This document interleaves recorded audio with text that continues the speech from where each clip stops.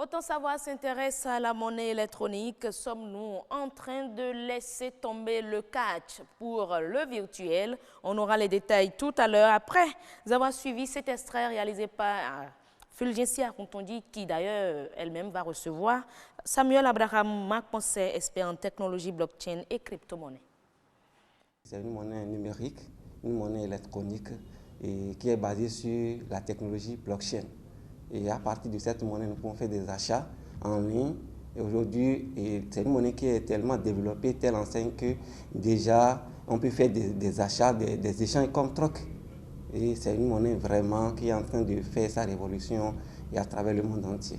Quand moi j'ai la monnaie avec moi, je peux dire, je veux acheter telle et telle chose. Si vous avez déjà le compte, c'est-à-dire sur cette monnaie, vous pouvez faire l'échange, on peut faire la transaction comme ça se fait aujourd'hui avec les mobile money et les move money. Si nous avons par exemple les monnaies sur nos portables aujourd'hui, qu'on entend par mobile money, move money, on ne touche pas comme cela. Vous voyez, c'est quelque chose du genre, mais celui qui a l'argent reconnaît qu'il a telle monnaie, tel montant dans son compte et à partir de cette monnaie, il peut faire les transactions. Si j'ai cette monnaie, les braqueurs ne pourront pas me braquer parce que c'est une monnaie qui est basée sur la technologie blockchain. Ça prend de la valeur également. Si tout le monde l'adopte, on peut commencer par l'utiliser. Moi, j'en dispose et d'autres également en disposent. Et si vous aussi, vous acceptez d'adopter cette monnaie, ça va devenir notre monnaie commune. C'est Satoshi Nakamoto qui a inventé le Bitcoin suite à la crise économique de 2008. Et voilà, nous sommes avec Samuel Poncet Abraham. Abraham, c'est son nom de famille, comme Eric Abraham, le secrétaire général de l'ORTB, à qui nous faisons d'ailleurs un coucou. Et nous retrouvons Fulgencia Kontondi et M. Abraham. Bonsoir, heureuse. La pleine forme? Oui, ça va. Ça va très bien. J'aime bien vos boucles. Merci. Très joli. C'est gentil. C'est la go beauté, hein. C'est normal qu'elle trouve les bonnes choses, hein, pour elle-même. Alors, je disais tantôt que nous sommes avec Samuel Poncet Abraham pour parler de la monnaie électronique. Oui, tout à fait. Hein. Vous le savez, vous l'avez déjà constaté aussi, la monnaie électronique prend de plus en plus le pas sur le cash. Oui, effectivement. Vous convenez avec moi, monsieur Bien sûr Abraham? que oui, bel et bien. Bonsoir à vous. La monnaie électronique, c'est la nouvelle forme de monnaie que nous sommes en train d'utiliser. Et je peux déjà dire que c'est basé pour la plupart sur Internet. Mais il y en a qui ne sont pas basés sur Internet. Et on les appelle les monnaies virtuelles simples. Un peu comme les mobile money. On ne va pas tout citer. Quand on dit mobile money, vous savez déjà de quoi nous parlons. Oui. Mais il y en a d'autres qui sont basés sur Internet, quand on ne va pas parler des cartes bancaires, mais qui sont cryptographiques. C'est-à-dire, c'est des crypto-monnaies qui fonctionnent sur une technologie qu'on appelle la blockchain, qui est un système informatique bien sécurisé, décentralisé, stabilisé et qui permet de faire les transactions 24 heures sur 24. Donc il ne s'agit plus de dire aujourd'hui les banques sont fermées, c'est jour férié. Par exemple, demain c'est le 1er août. Oui, la fête de l'indépendance. La fête de l'indépendance au Bénin. Demain, toutes les banques traditionnelles vont. Bon, nous les appelons traditionnelles. C'est la veille. Nous sommes la veille. Ouais. Ok. Elles vont fermer. Donc si vous avez de l'argent. Elles ont même déjà demi-journée. Ah, très bien. Elles ont déjà fermé. Donc si vous avez de l'argent là, vous ne pouvez plus utiliser jusqu'à après demain. Et aujourd'hui, nous sommes dans une révolution qui ne dit pas son nom, mais que les barons financiers du système fiduciaire, par crainte de se voir dépassés, ont préservé, ont caché pour un certain temps. Sinon, le Bitcoin, c'est depuis janvier 2009 que Satoshi Nakamoto l'a créé. Et qui l'a créé? Satoshi Nakamoto. Ok. De quelle nationalité? Bon, apparemment, on nous dit que c'est un Japonais. Ok. Oui. Donc, qu'est-ce qui l'a poussé? C'est pour contourner le système fiduciaire. Parce que quand vous prenez le système fiduciaire, aujourd'hui, si le monde souffre, c'est à cause du système fiduciaire. Parce que vous prenez 1 euro, par exemple, ça fait 655 francs CFA. Donc, ce qui fait que les pays qu'on appelle les grandes puissances font quoi? Pillent les ressources des petites nations. En tout cas, c'est vous. Donc, c'est pas possible, le pillage n'est pas possible avec la monnaie électronique. La crypto-monnaie, comme je vous l'ai dit, c'est 24 heures sur 24. Troisième avantage du Bitcoin ou de toutes les crypto-monnaies, nous devons savoir qu'il n'y a pas ce qu'on appelle la dévaluation, ni l'inflation, ni la déflation. Il y a Ce les que nous monnaies utilisons le virtuelles plus simples. maintenant, ce sont les cartes. Oui, très bien. Ok. Mastercard, carte Visa, Oui, oui. Mobile Money. Mobile Si Money. vous voulez, on peut citer. Vous les connaissez quand même, les Mobile Money. Donc, c'est une révolution pour dire à la monnaie fiduciaire, pièces et billets de banque, désormais, tu es limité. Ok. Mais est-ce qu'aujourd'hui, lorsqu'on utilise ces monnaies virtuelles Oui. dont vous venez de parler, Oui. est-ce qu'on peut sécuriser ces fonds aujourd'hui?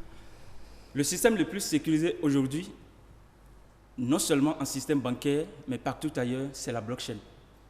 Parce que c'est un code informatique qui est inviolable, Donc, infalsifiable. ça veut dire que, on me dit, nous sortons du cash pour du virtuel. Il y a aussi des inconvénients, des avantages par rapport à cela lorsqu'on s'en tient aux cartes. Bon, aux cartes, Parce que beaucoup n'utilisent pas encore ce dont vous parlez là. Oui, maintenant. oui, oui, oui, Ce qu'on sait le plus, ce sont les cartes Visa et autres. Et les paiements, Et les par paiements mobile par money. transaction mobile money. Oui, ça, comme je vous l'ai dit, Ça a des c'est les inconvénients. premières formes de monnaie virtuelle qui ont vu le jour. Et comme vous le savez, et l'a dit Héraclite, tout coule, rien ne demeure identique. C'est-à-dire, le monde est en perpétuelle transformation, métamorphose. Donc, si on est parti, par exemple, des coris pour les pièces et billets de banque, c'est aussi possible que nous partions des pièces et billets de banque pour d'autres formes de monnaie. Et les premières formes de monnaie virtuelle, c'est ce qu'on appelle les monnaies virtuelles simples que je viens de citer. Mais ces monnaies virtuelles fonctionnent sur les mêmes principes que les monnaies fiduciaires. Donc, la différence, c'est que ça se retrouve sur... C'est que ce n'est pas du papier. ce n'est pas Ou ce n'est touchable pas du doigt, touchable. Oui. c'est visible de l'œil, mais ça joue le même rôle que les monnaies fiduciaires. Et les problèmes que ça résout d'abord, c'est quoi? À distance, on peut tout faire, sans intermédiaire. Quand vous avez votre compte Mobile Money, par exemple, si vous voulez m'envoyer de l'argent, vous n'avez plus besoin d'un intermédiaire, un gestionnaire de compte, comme c'est le cas du... Ça peut aller. Et là-bas, vous allez faire l'accueil, tout et tout. Non, je peux être à New York. Si j'ai, comment dirais-je, le système que vous avez, on s'envoie de l'argent sans Et intermédiaire. c'est simple. Et d'autres vous diront que ça va éviter d'ici peu les braquages, hein, parce que vous avez l'argent sur Voilà. votre téléphone et puis Pas voilà di- quoi, pas vous d'ici peu. circulez avec. Pas dissipé. Est-ce que ces monnaies aujourd'hui n'ont pas d'inconvénients?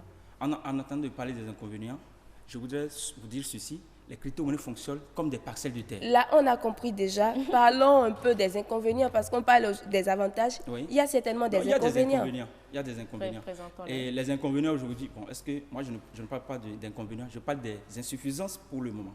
Parce que le monde entier n'est pas couvert par Internet. Voilà. Or, Voilà. les crypto-monnaies sont basées sur Internet. Mais, alternativement, il y a, par exemple, nous avons 3 partenaires américains qui sont en train de développer des satellites, des systèmes satellitaires qui permettent de faire les transactions hors Internet. Vous comprenez un peu? Oui. Et dans notre organisation, nous sommes en train de lutter pour que les Africains, nous soyons au moins 1 million de membres, pour que ceux-là puissent nous aider en Afrique à partir du premier trimestre 2020. Donc, en dehors de ça, en Afrique, il y a beaucoup de développeurs, les gens réfléchissent. Par exemple, il y a un jeune qui est du Rwanda, qui vient de sortir WhatsApp d'Internet par rapport aux appels. Tapez sur Internet, vous allez voir. WhatsApp, Les sans appels Internet. WhatsApp que nous faisons, Sans connexion désormais, Internet. sans connexion Internet, C'est on peut possible. faire ces appels. Et c'est un Africain, un Rwandais, à Kigali. Ça fait environ Donc, une semaine. ces insuffisances que nous constatons trouvent déjà des solutions. Bien sûr, bel et bien.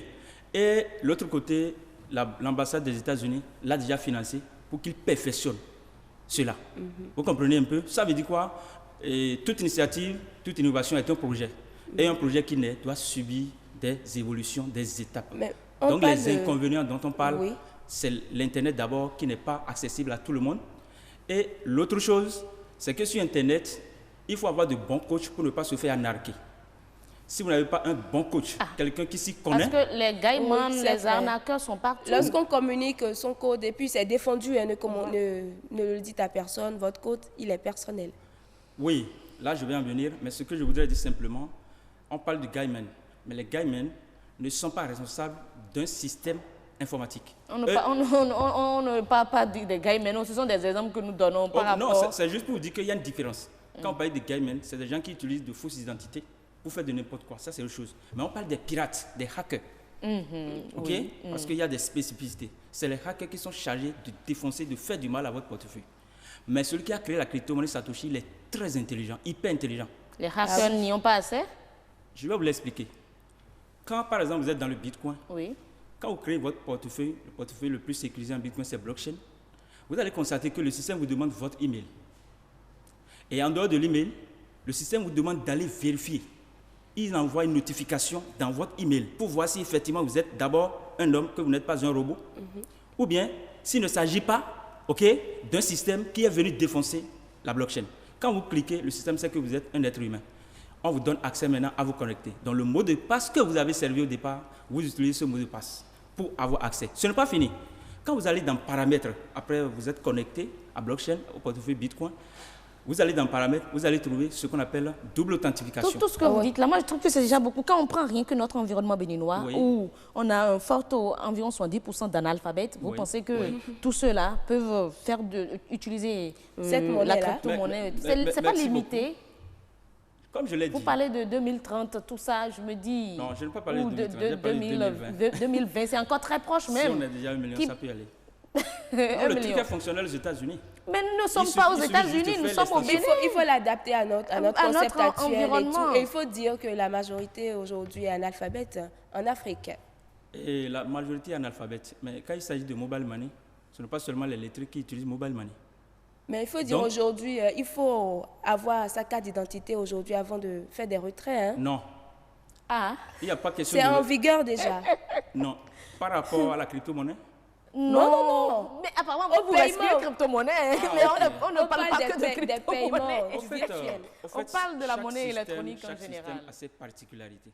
Et quand nous parlons du cas du Bénin, le Bénin est un pays qui est dit être en voie de développement, ou bien un pays pauvre. Ça dépend de la connotation et de la définition qu'on veut. Maintenant, nous sommes dans un processus qui n'est pas à son terme. La belle preuve, là où nous sommes aujourd'hui, nous sommes à l'ORTB. Mais au passé, l'ORTB n'avait pas cette dynamique technologique. C'est avec le temps que tout se perfectionne. On parle de monnaie électronique aujourd'hui, on passe du cash au virtuel. Il y a cependant des choses à faire pour ne pas se faire braquer par les hackers, comme vous l'avez dit et tout. On y reviendra. Heureuse. Merci à vous, Fulgencia Rontondi. Merci également à vous, Samuel Maconset Abraham, pour toutes ces informations. On parlait donc de la crypto-monnaie, du cash au virtuel. C'est possible, mais ce n'est pas sans inconvénient. Mesdames et messieurs, choisissez ce qu'il vous convient, tout simplement. Et puis, allez-y.